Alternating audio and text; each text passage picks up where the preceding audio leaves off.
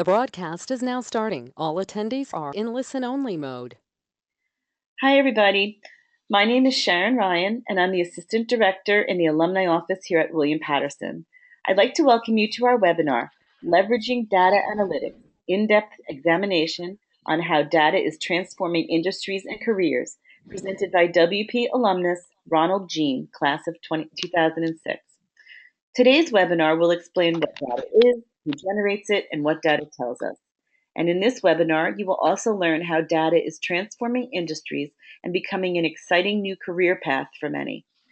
Before I introduce today's presenter, I'd like to go over how the webinar will work. First, you should be able to see the presentation right now on your computer's screen. You'll also be able to hear the presentation through your audio system. Please feel free to ask questions by typing them in. We'll monitor the questions and answer them at either during or at the end, whatever we feel is the better flow. But please feel free to ask any questions. Any questions, if we do get a lot not answered in today's webinar, will be addressed after the webinar is completed. So once again, please feel free to type your questions in. And now I'd like to introduce today's topic and speaker. Ronald Jean, class of 06, is a WP alumnus. He has a lot of certifications, as you can see. Oh, you can't see it right now, but maybe he'll explain them all. What an MHA, PMP, ATC, CCCS, and OTC. I hope he'll explain them when he begins speaking. Ronald is a northern New Jersey resident where he lives with his wife and twin children. He has over 10 years of professional experience in providing quality health care at the highest level of administration and clinical management. Ronald graduated from WP with a bachelor's in dual majors, kinesiology and exercise physiology. He also holds a master's in healthcare administration from Fairleigh Dickinson University. In addition, he is certified and licensed as a project management professional, athletic trainer in New Jersey, a certified strength and conditioning specialist, and he is also certified in orthopedic technology. Ronald currently works as an organizational consultant in the field of healthcare, focusing on operational and clinical efficiencies. In today's webinar, Ronald will introduce you to data analytics and how data is changing industries and becoming an exciting new career field. So now I would like to introduce our presenter, Ronald Jean. Ronald? All right. Thank you, Sharon, for that introduction. Good evening, everyone. Thank you for taking the time to participate in this evening's seminar. Thank you to my fellow alum who are participating. I know there are some fellow colleagues, and to all else, welcome to Leveraging Data Analytics, an in-depth examination on how data is transforming industry and careers. So, and moving on, let's see where we're at here.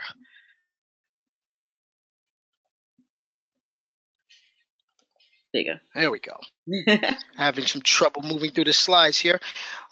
About me, a little brief synopsis of my career. I essentially started working. I currently work in a position where I'm directing and managing process improvement and quality improvement for a large healthcare network in New York. My career essentially started clinically. I worked as an athletic trainer. I worked in the occupational health field. I then made the transition where I worked more clinically in orthopedics. I was working in orthopedic surgery, made the transition, adopted some skill sets, started to work more in an administrative role, and diverged into consulting work and in various capacities, which kind of led me to where I am currently. So a lot of times I'm asked, how does a guy go from taping and rehabbing ankles to reattaching ACLs to now giving a presentation about data analytics? I like to describe that or explain that as having foresight. I've allowed my career to always move in the direction where I saw that I would most be needed. So that enabled me to make some of these transitions. And obviously, I was always versed in preparing myself for the next move. But that foresight is key. And that's kind of what leads us to this topic today, data analytics and leveraging it. Because irregardless of what your field is, data is huge. It's going to be at the forefront, if it's not at the forefront, of every decision you make in every industry. And your ability to leverage it now will strategically give you an advantage and improve your personal performance.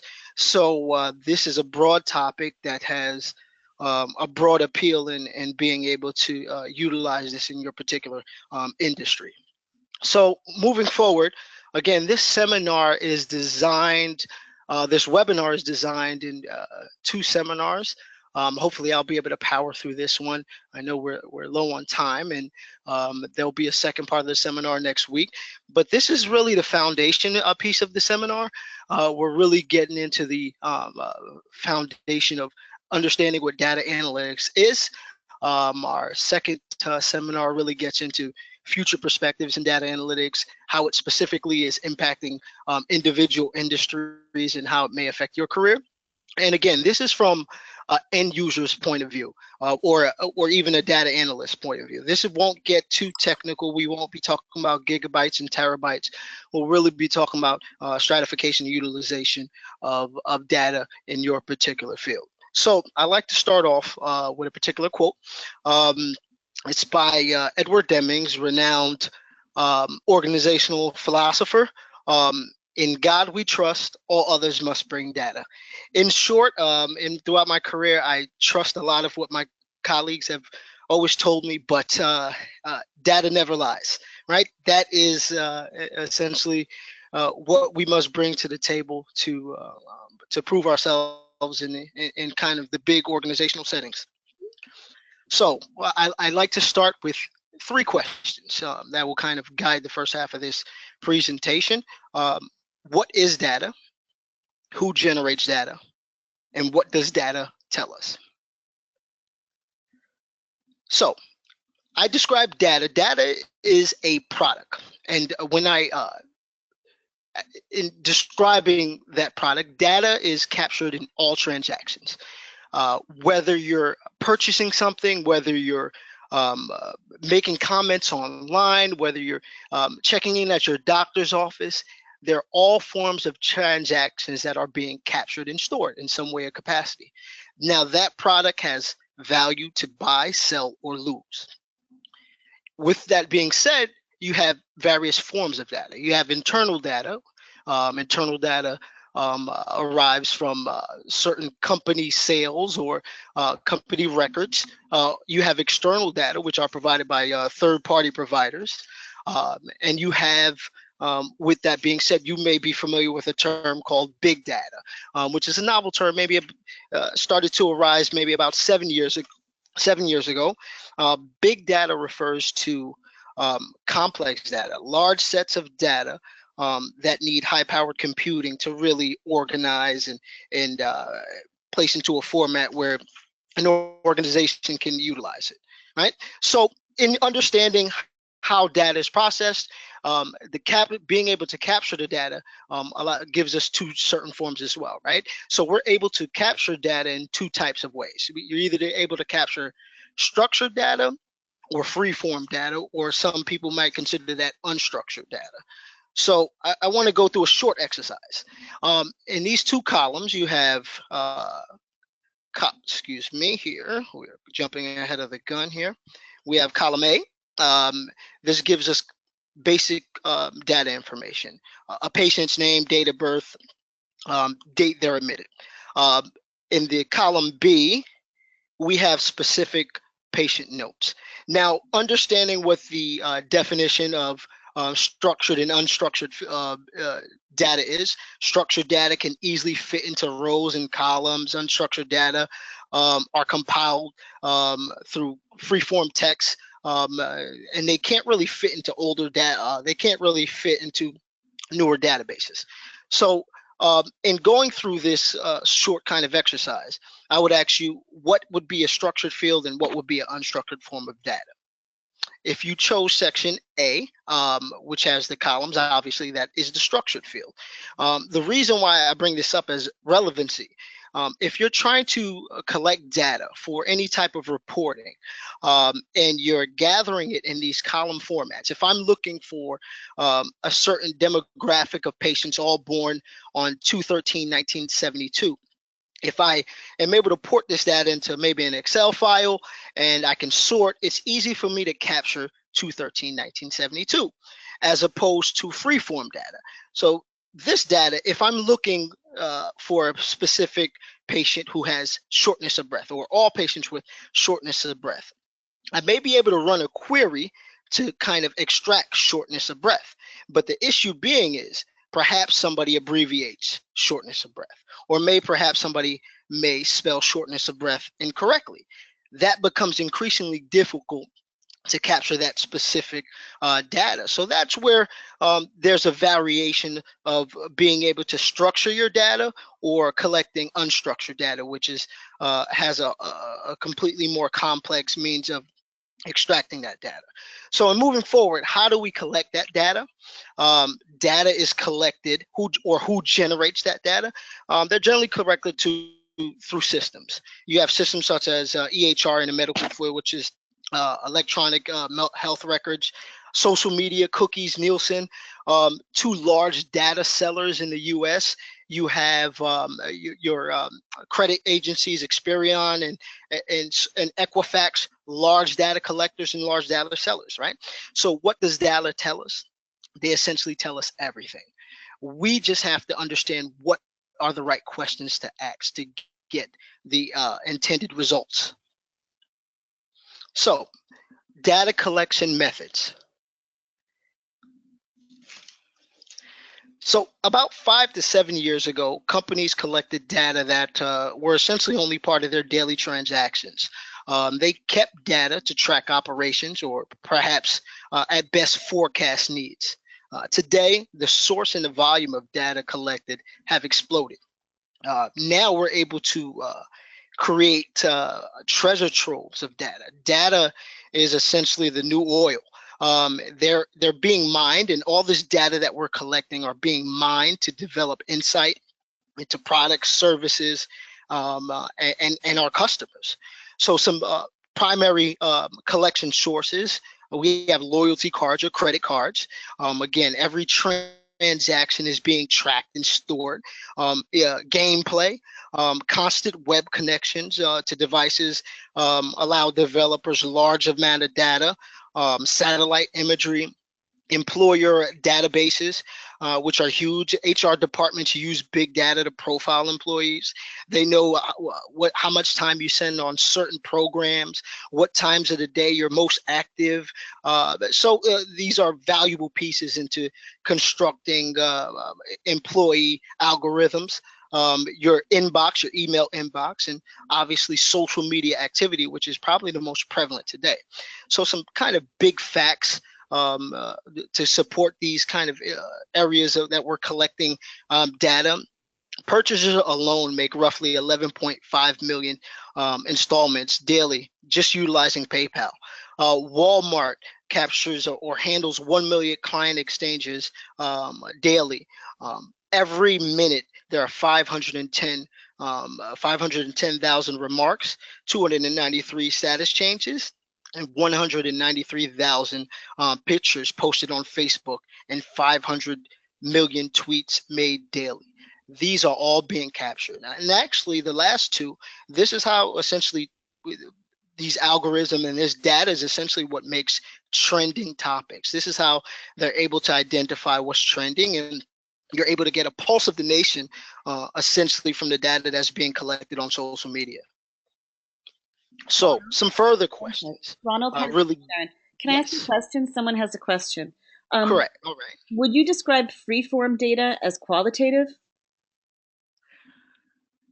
In a sense, you can. Yes, you can make all forms of data qualitative. It's your matter of the measure that you can interpret it. So yes, I would say yes. You can make freeform data qualitative in a sense. Okay, thank you.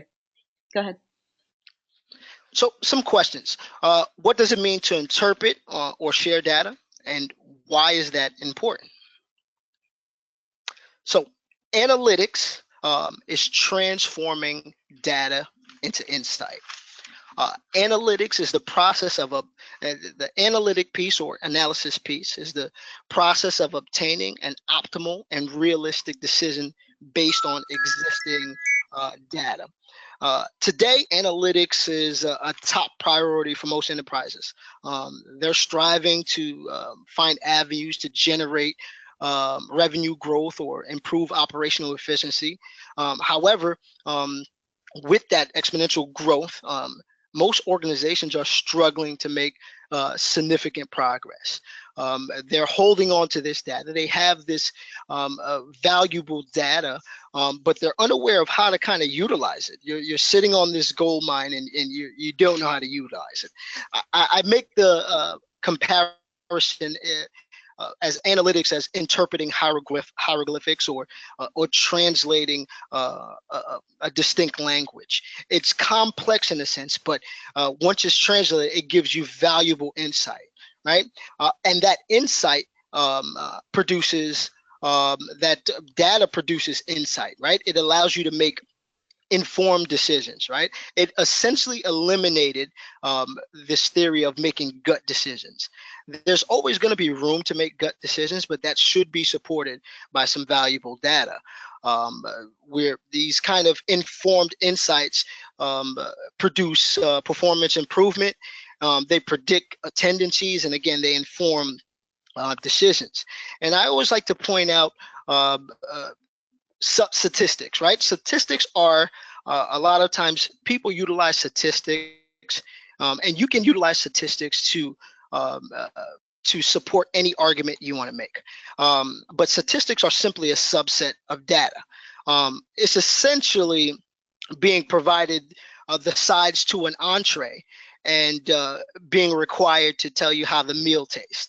You won't be able to give an informed opinion on the meal by eating simply the sides, right? And that's what statistics are. So when you're being presented with statistics, you should always inquire, what's the big data set? Because you really want to take that big picture view, because that's what's really going to give you that insight. And breaking down that larger piece, that kind of gives you a direction that you really want to move forward with the data. So business challenges. There are specific challenges that analytics fields faces, and organizations trying to stratify utilization of big data or data analytics. Today, again, there's an urgent need to identify opportunities and clearly qualify the benefits that are measurable. But organizations, again, are struggling to understand what are actionable items of analytics. We have this information. We're able to report out, but we don't know what the next step is. We don't know how to make sense of this into items that improve or save us revenue and cost. Two, the second challenge is limited analytic talent.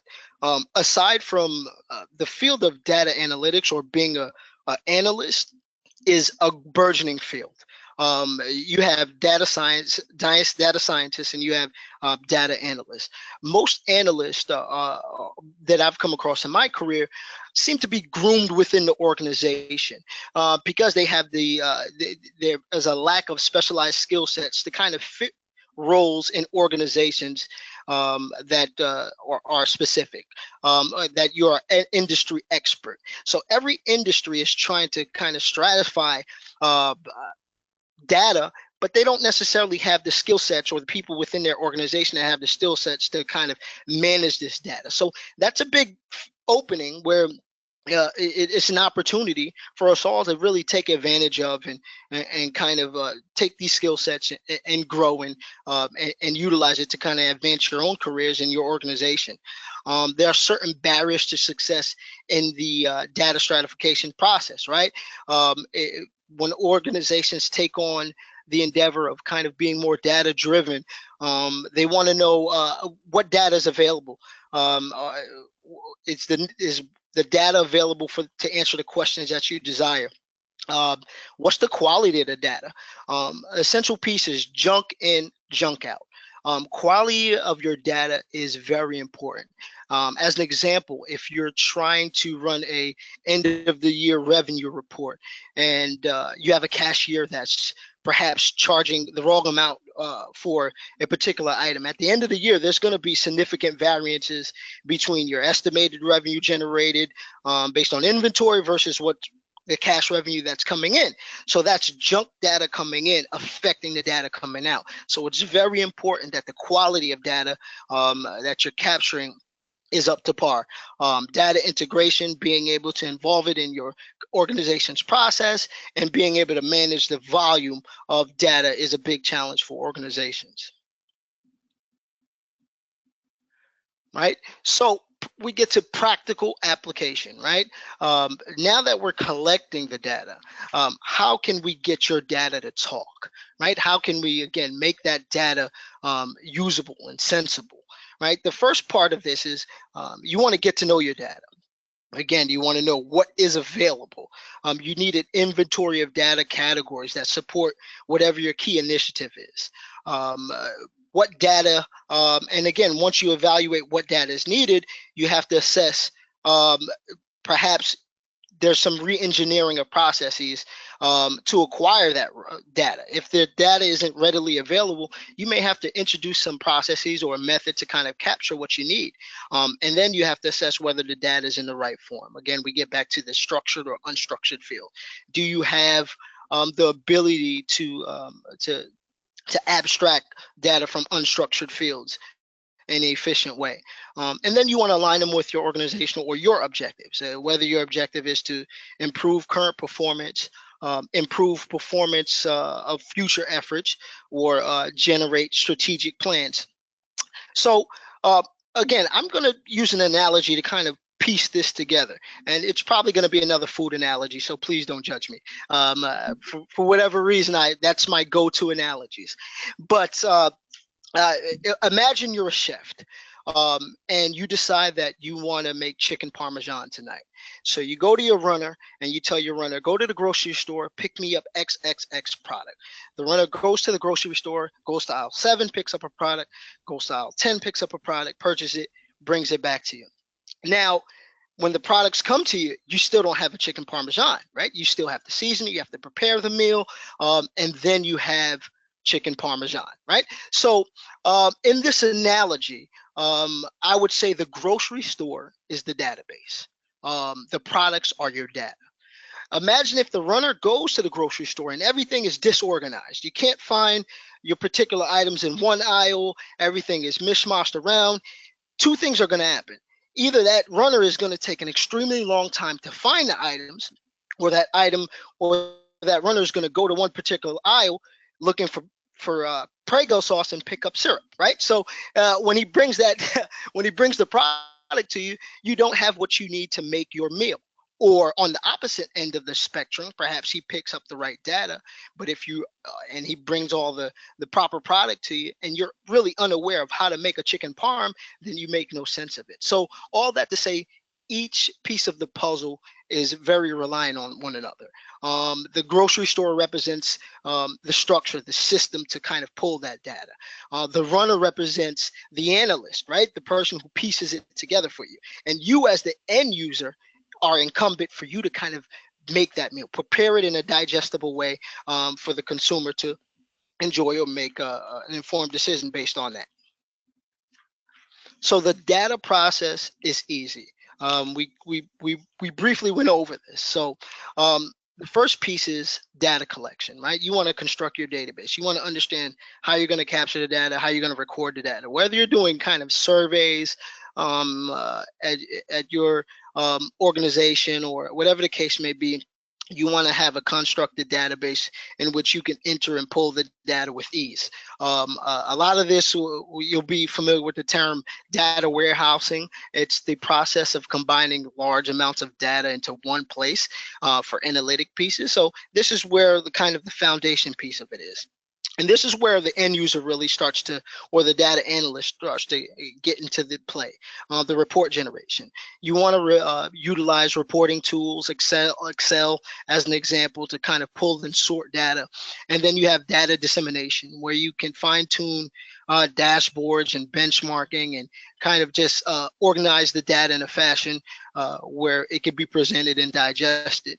And the last piece, which is the hardest piece to kind of stratify, is utilization, making actionable items, right? Proactive use by the end user to kind of drive decisions. So I wanted to get into, now that we've kind of went through the foundational piece, I wanted to get into some practical applications, some of my personal experience. I worked with as a consultant in ergonomics, I worked with a large pharmaceutical company whose core focus was to engage in discovery, development, and manufacturing of biopharmaceutical products, right? So this organization's core focus was on, again, science and discovery. But with that being said, they had a core problem that was affecting their bottom line. The company was struggling to contain cost of increased insurance premiums as a result of high rates of workplace accidents and injuries. The companies that have high occurrences of reported incidents get charged as much as possible from their insurance premiums because they're high risk. So most organizations develop through their occupational health and ergonomics program a system to kind of avoid injury or mitigate, so they can avoid these reportable actions that cause them a great deal of cost. Problem being is that it's not their core focus, so they generally outsource it. With this organization, they were outsourcing this kind of this arena, and it was ineffective. It wasn't being managed in a means that they were getting their end results. And the biggest kind of benefit specifically to this kind of particular problem is that most workplace musculoskeletal diseases or incidents that occur result of really micro traumas. They build up over a year, and 80% of them are avoidable. So there's great financial benefit for this particular organization to have an efficient program. So they solicited some subject matter experts to really help them obtain one of two goals, or two goals, I should say: decrease the number of workplace injuries and increase safety awareness, also generate cost savings through decreased insurance premiums. So this is where I come into play. The easy part was developing the plan. The plan was to develop a robust injury and illness prevention program. The program would be proactive to process and help employees identify and mitigate against high-risk workplace activities and hazards that would develop long-term into costly recordable injuries. As a subject matter expert, I can easily go in and anecdotally evaluate and treat individuals in the organization and tell the organization that this is beneficial. The problem with that being said is there's no way for me to track improvement. There's no way for me to identify a baseline. So in developing a kind of an action plan, the first step with that was developing a database and comparing it to historical databases. And this is what separates, separates the ability to utilize data analytics versus your core focus as a career, right? This separates the average from the above average, right? So our first step was to develop a system to gather data to qualify baseline risks, right? So we developed a survey that was weighted, in which it posed questions on certain activities that we decided were high risk, knowledge of ergonomic principles, et cetera, et cetera.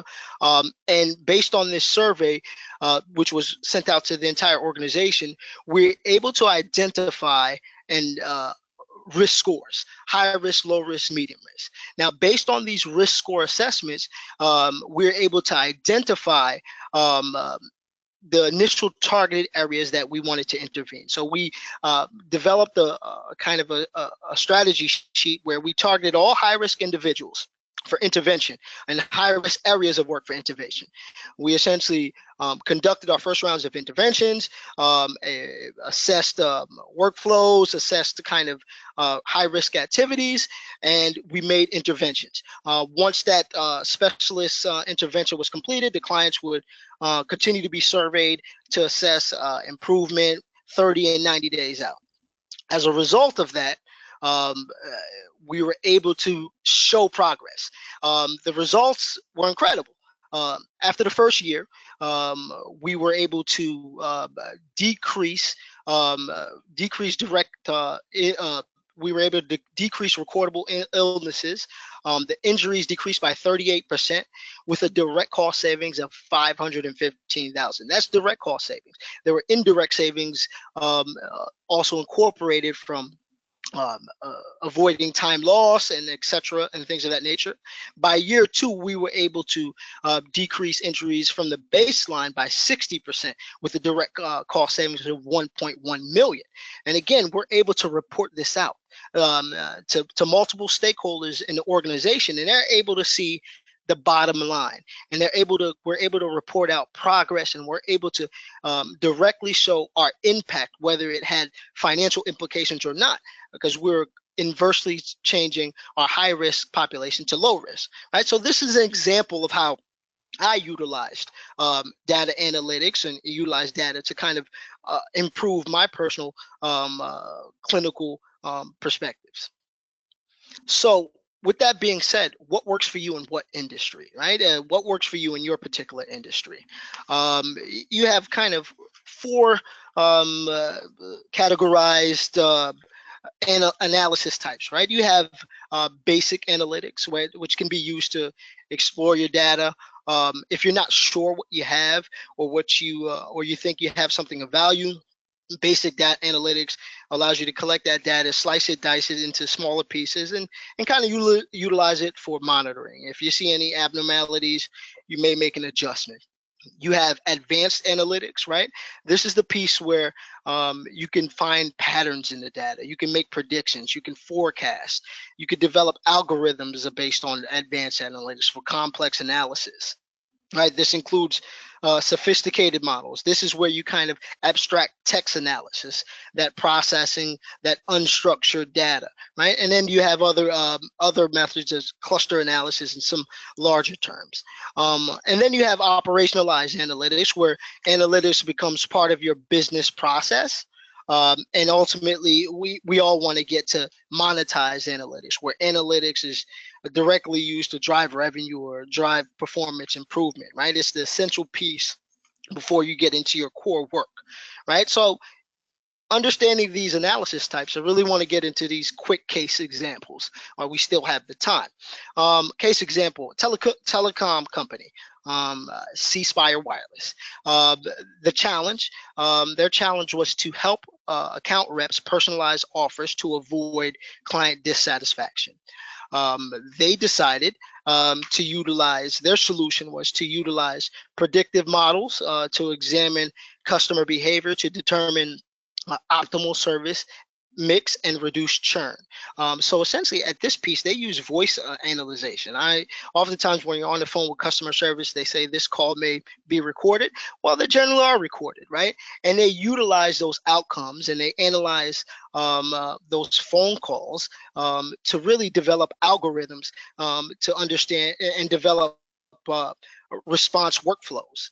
As a result of using this this is an example of an advanced analytic technique and utilizing predictive analytics and algorithms, they were able to enhance customer satisfaction levels, improving retention by 50%. The insight increased the effectiveness of marketing campaigns, and they were able to boost their cross-selling and upselling by 270%. Another example, this is Cantonolia Healthcare, right? This is a health department. Their challenge was to enable physicians, nurses, and social workers to collaborate on chronic disease managers or increase patient positive outcomes. This is a principle in the American healthcare system. This is population health, where you're really trying to approach a population, a segment of prevalent diseases such as maybe hypertension, and decrease the burden on the healthcare system by decreasing errors and improving efficiency of care, right? So their issue was they had a system, their system did not give them a platform to really receive data or look at the patient from a holistic approach, utilizing the social workers, the nurses, and the physicians, right? So they wanted to develop a new healthcare program that would coordinate and give them a 360 view of patient care. So in collecting this data, they were able to develop a system, again, that gave them a 360 view of each individual patient, which helped clinicians create tailored care plans. These care plans that used to take months or days to configure because they had to go into different systems and evaluate different inputs. They were able to make these in hours as opposed to elongated timeframes, and ultimately they were able to reduce ER visits, hospital readmissions, and program costs. So in moving forward, here's another example. That previous example was more of an operationalized example of analytic use. Here we have a municipality, and this is an interesting case study here. We have the challenges, the city of Toulouse. Their challenge is to find new ways to capture its citizens' concerns and use analytics to identify and prioritize urgent issues, as well as understand how messages are resonating. So they used social data analytics solution to analyze citizens' needs based on what they posted on social media, taking into account factors including context, content, and sentiment. Now, this abstraction piece, this is big data they're abstracting. This is very much advanced analytics to kind of pull and sort through this much unstructured data. But as a result of being able to collect this data, they were able to collect and analyze more than 1.6 million comments, enabling the city to identify issues with precision. It accelerated an average response to road maintenance issues by 93%, and it identified and addressed residents' misconceptions and concerns. Ultimately, they were able to gain support for future products. Now, the outcome of this was really basic analytic processing. They just kind of used it for insight. The advanced piece of kind of looking at foresight and forecasting, not really relevant here, but this is an example of abstracting advanced amounts of data and utilizing it in a certain capacity. Now, this is an interesting case study because this is exactly what is used in politics. Analytics was an integral part of the, and exploded in the 2012 campaign. Data-driven analytics and social media data was utilized tremendously by the Democratic Party as a result of Obama's re-election to really stay ahead of the competition. It gave them a specific advantage.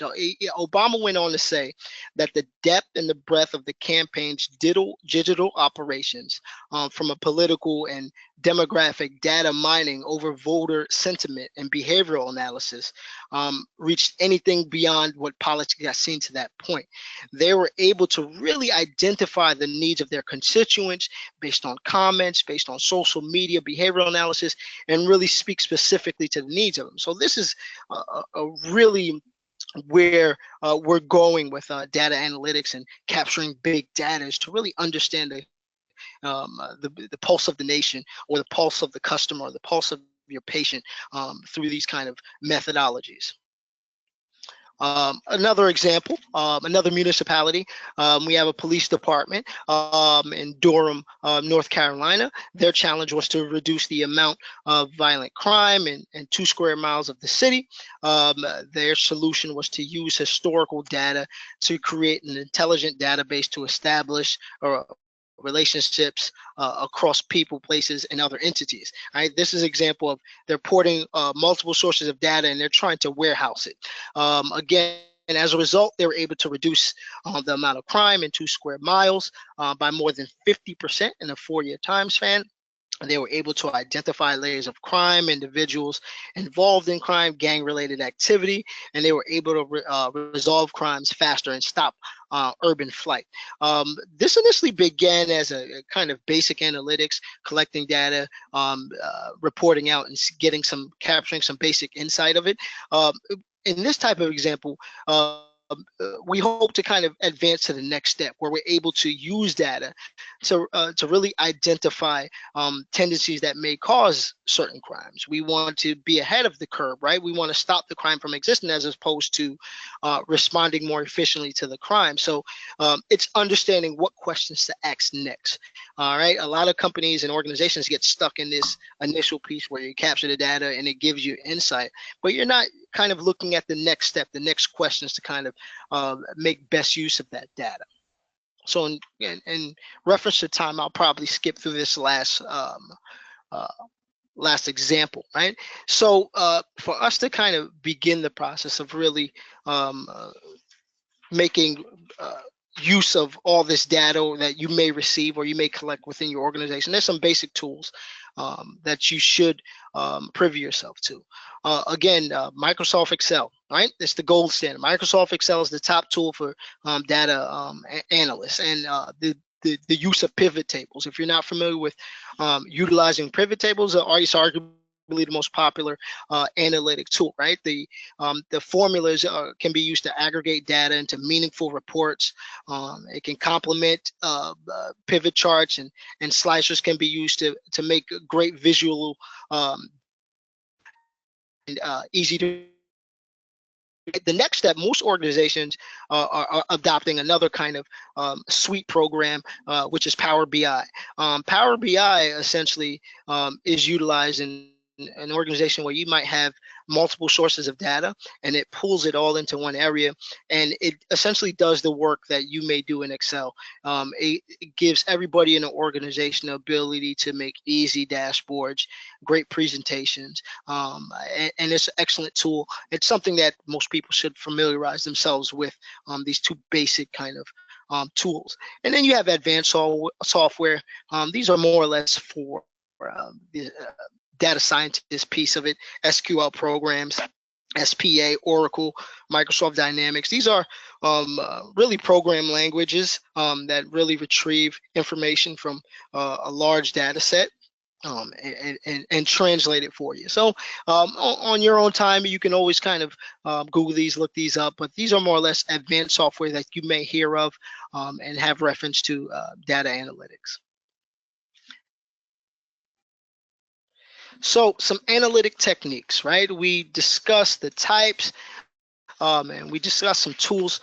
There's some techniques that you should be aware of that would probably be effective in your approach to kind of utilizing or making best sense of data analytics.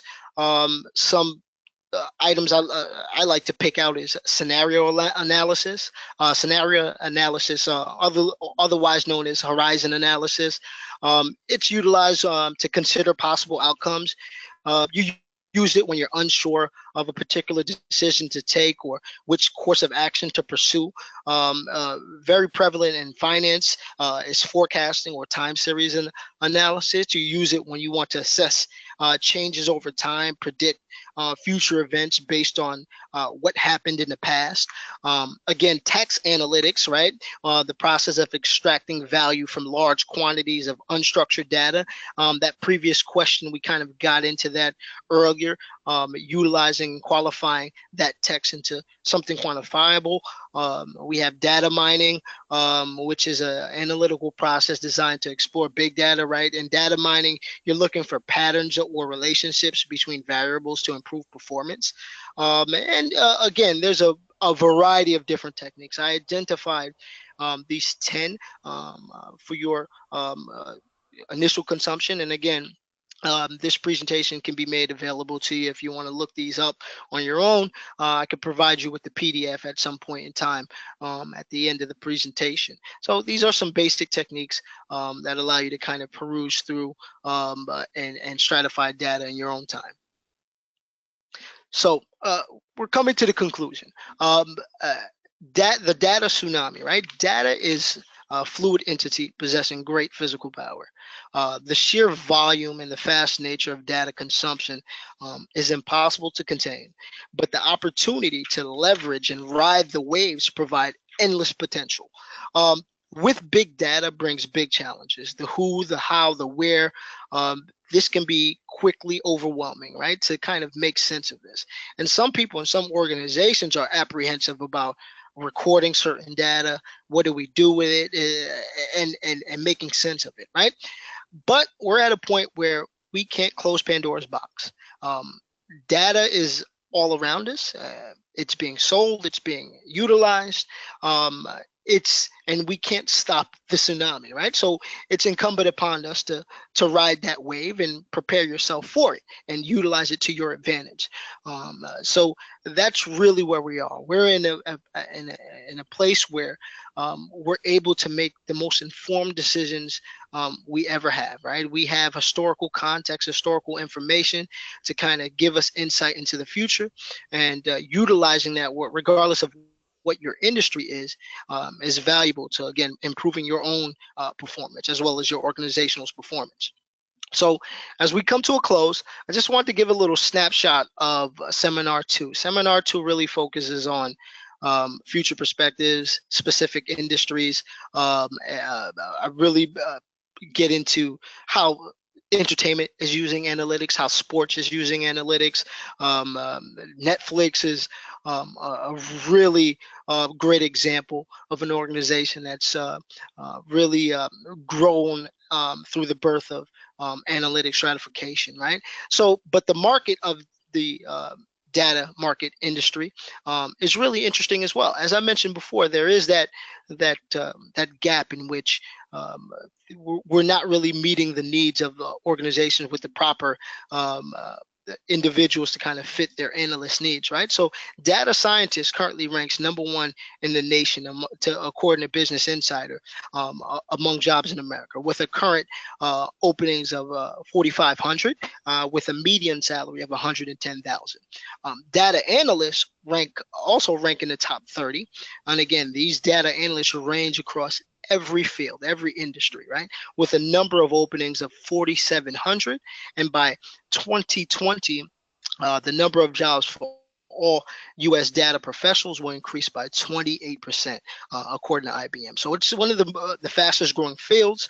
It's one of the most in demand um, professionals out there. And again, it's in every industry. You can really stratify and utilize it whatever industry you're in.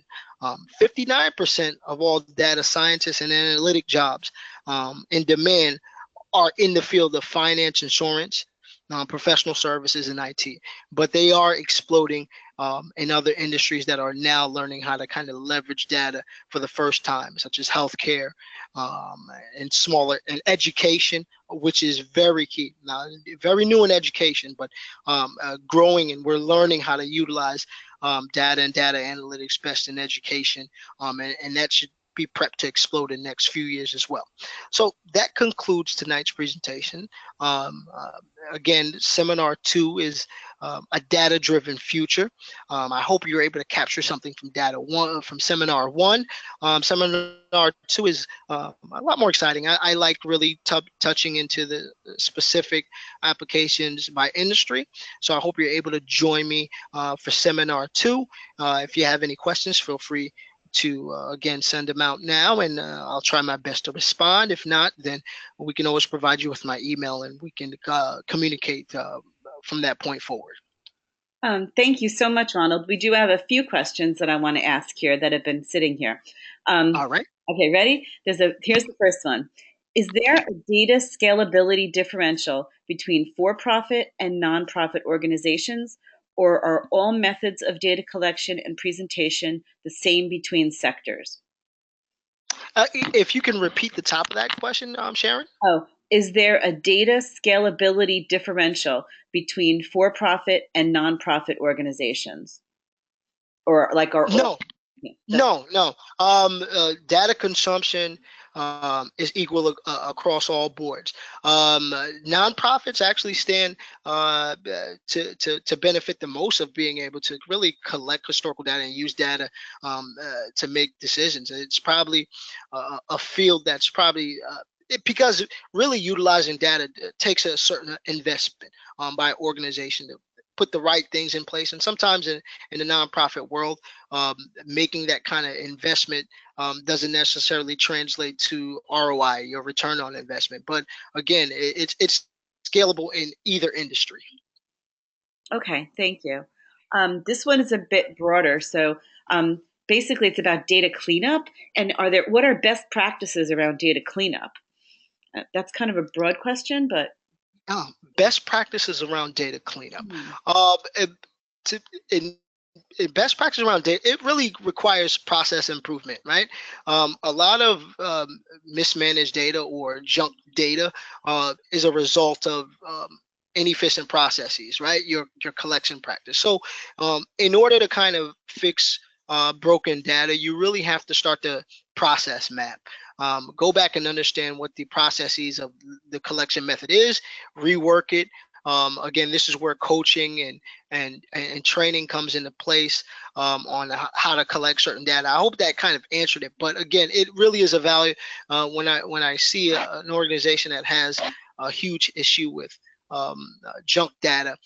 It's as a result of their processes. okay. I think that's good. If it answered your question, you can let us know. Okay, here's another question. Have you had much experience with Tableau? Tableau, is that how you say it? If so, what category would place that tool? I haven't had experience with Tableau. My perspective is from the end user perspective. So I work with a lot of data analysts, and I'm to the point where I'm proficient enough to abstract data, but I haven't used Tableau. No, so I can't answer specifically to that. What does Tableau do, if you don't mind? I mean. Oh, I'm actually not familiar with Tableau. Oh, okay. I'm sorry. Okay. Okay. Oh, and your other question was answered. Thank you very much. That's the one about the best practices in data cleanup. So thank you. Yes, that was answered perfectly. So if you have any more questions, we have like a few more minutes. So type them in now. Oh, here we go. Do humans code data on recorded lines? What was that? Yes. Do humans record data on a coded line? Code data on recorded lines? I'm not sure. Maybe. Yeah. I'm not sure. I'm not really privy. I'm not sure where we're going with this question. I'm not sure. So maybe explain that a little more. And Tableau is a suite of items to visualize data. Okay. Oh, on phone lines.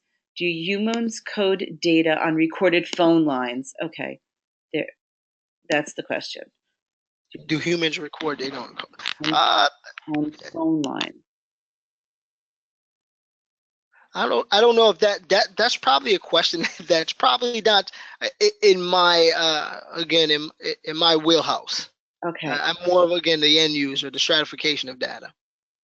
Okay. Oh, she's explaining a little more. Maybe the question is data collected orally through phones?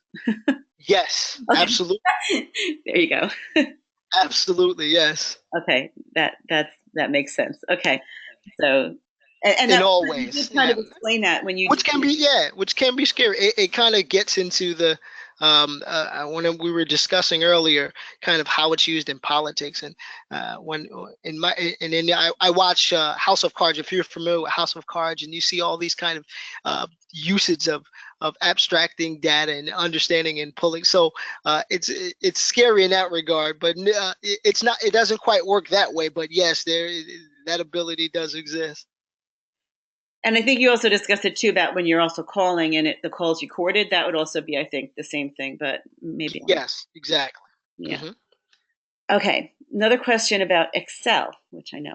What are the limits of Excel in performing analysis and predictions? Put another way, what size firms would it be limited in functionality?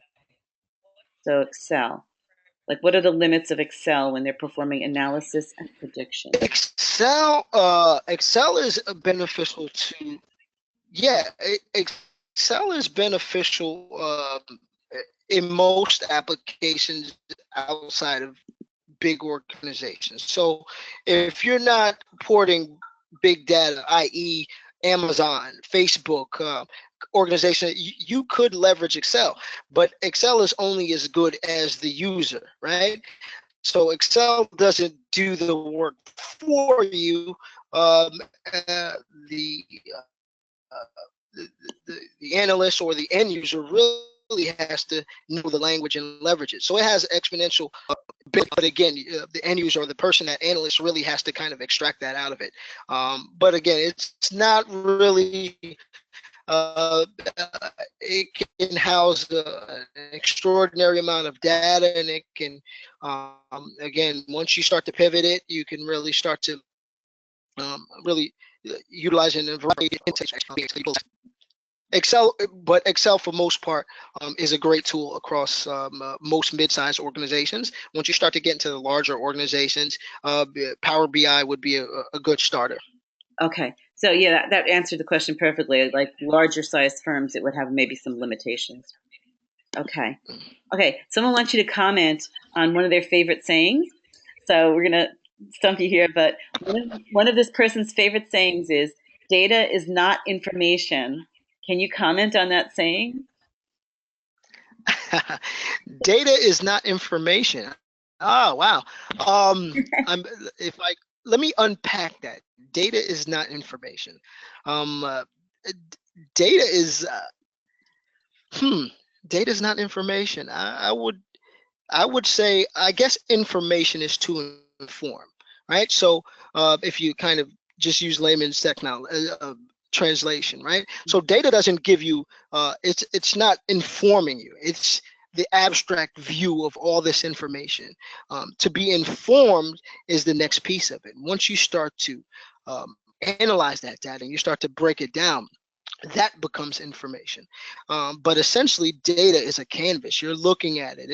It's that oil, and then you really have to really mine that oil and utilize it to make information. And that's how I would make sense of that comment. So the response to your answer was great answer, Ronald.